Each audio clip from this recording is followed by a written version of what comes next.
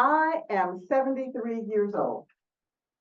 And the more that I hear about Alzheimer's and dementia, it scares me to death. Now, I know that's not a normal part of aging. Everybody doesn't get Alzheimer's. Everybody doesn't get dementia. But the more I hear about it, I get frightened. To think that you no longer remember events or family members scares me to death. So tonight, my story is what I remember. I was born on the south side of Chicago. Now, in Chicago, when I was growing up, you were either from the south side or the west side. Now, I'm sure that there were people who lived on the north side and the east side, but I didn't know any of them. When you were introduced to someone, they'd ask, where do you live? And you'd say, on the south side or on the west side. Growing up in Chicago, I remember being on 38th and Indiana on the south side. That's where I was born and raised. Now, I was born on a cold January morning, and I was a preemie.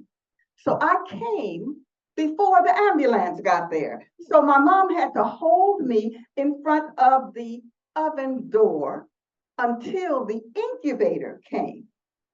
Years later, my sister would say, I think they kept you in the oven a little bit too long. I remember 38th in Indiana as I was growing up. Full of kids. We lived in an old tenement building. I don't know how many apartments were there, but there were children everywhere. There was always someone to play with. And we played outside in the backyard in the dirt. There was no grass. It was all dirt. Children were running and screaming and jumping and running up and down stairs and slamming doors. And it was joyous. I remember the joy. I remember the smell of the dirt that was sun-baked. I remember the smell of the dirt when it rained. And sometimes that raindrops would hit the dirt and little puffs of dirt would pop up in the air. I remember those days. I have a lot of remembrance of my father at that time. I can see him standing on the street corner talking with a group of men and them laughing and joking, but my father left pretty early on. So I don't have a lot of early remembrances of him. It was me, my mama, my oldest sister, and my middle sister, and my grandma. We called her Gram. We lived there in that little apartment on 38th in Indiana. Now, Mama was an only child, but Gram had brothers and sisters. She had sisters who lived in Alabama, in Detroit, and one that lived in Chicago as well. They were the well-to-do side of the family. We were the poor side of the family. We were on welfare. We didn't have much. And they considered Gram to be an alcoholic. So when my mama was about 6 years old, I remember her telling me, the aunts and uncles came for a visit. They told Gram that they were going to take Mama for a ride. But instead, they put her on a train to Alabama. I don't remember how long she stayed there, but my Gram called her dad, who lived in the same house in Alabama, and told him that she'd kill herself if they didn't bring her daughter back. My great-grandfather told him, you better get that girl back to her mama. And they did. Isn't it amazing how sometimes family patterns, whether good or bad, repeat themselves? Because when my oldest sister was 10 years old, the same thing happened. The Alabama aunts told Mama they were going to take Joyce for a ride. They put her on a train to Montgomery, Alabama. By this time, Graham had died. My mama didn't have anybody who could help her get her baby back. My older sister, Joyce, grew up in very, very middle-class society in Alabama and lives there until this day. The Chicago aunts decided that my middle sister and I needed to be taken away, and so we were taken and sent to the Chicago aunt, Aunt Camille. We stayed there about 3 years. The remembrance about living with Aunt Camille are for another time. But Mama found a social worker who told her, nobody can take your kids away from you.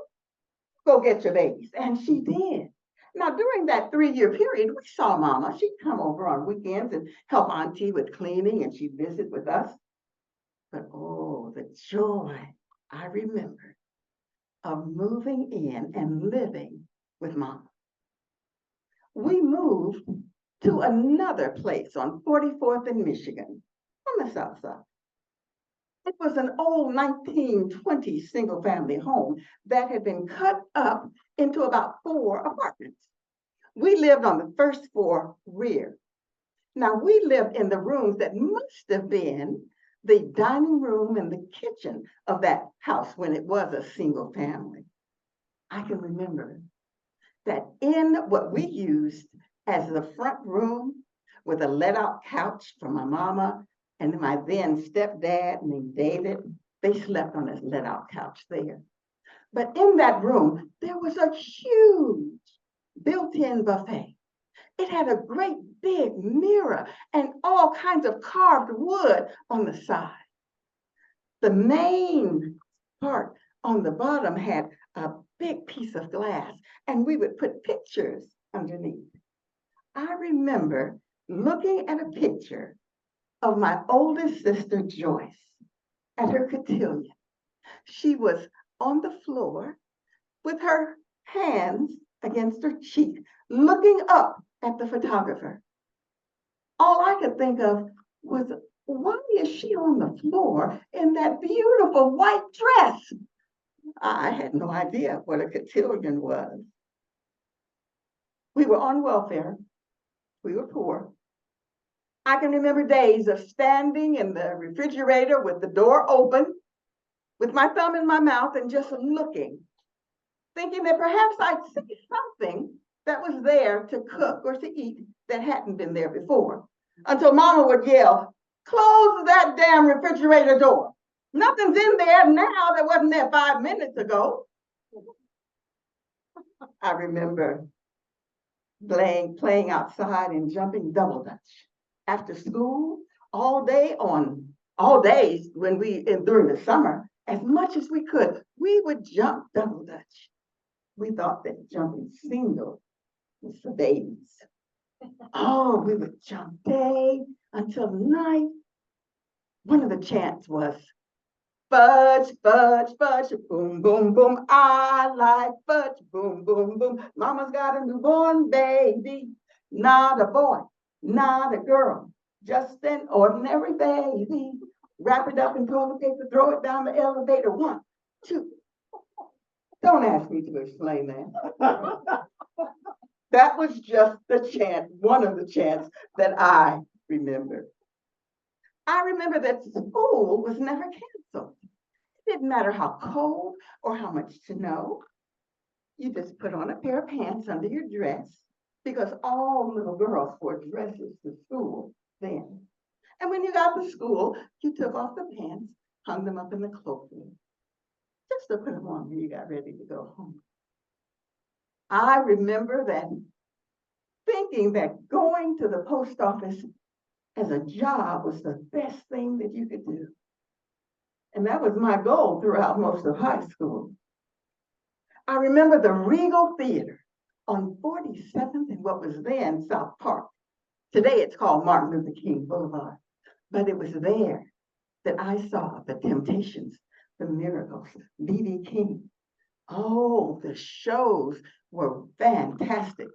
The Regal Theater was also the place where my sister and I saw every single Elvis Presley movie that was ever made. Mama did day work. That is, she was paid $8 a day to go in the suburbs to clean the homes of rich white people.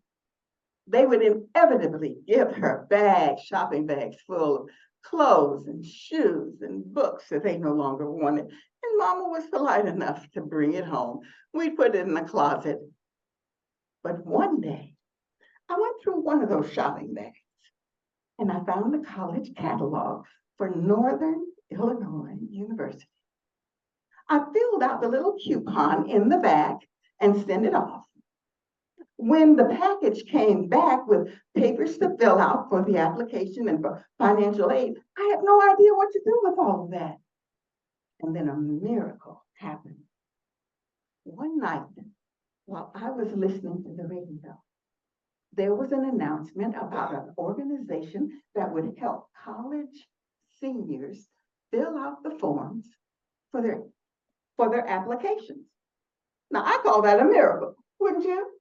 I got on the bus one Saturday, took all of my forms, and sure enough, they helped me to fill them out. I mailed them in, and lo and behold, I was accepted to college. I had national student defense loans and grants and all kinds of things that I didn't know then it was going to be heck to pay back, but I was going to college, the first one in my family to do so. My middle sister had gone to community college, but she hadn't finished. And so there I was going off to DeKalb, Illinois, about 80 miles south of Chicago, going to a totally new world. Those are just some of the things that I remember. And I just wanted to share them with you while I still can remember. Thanks for listening.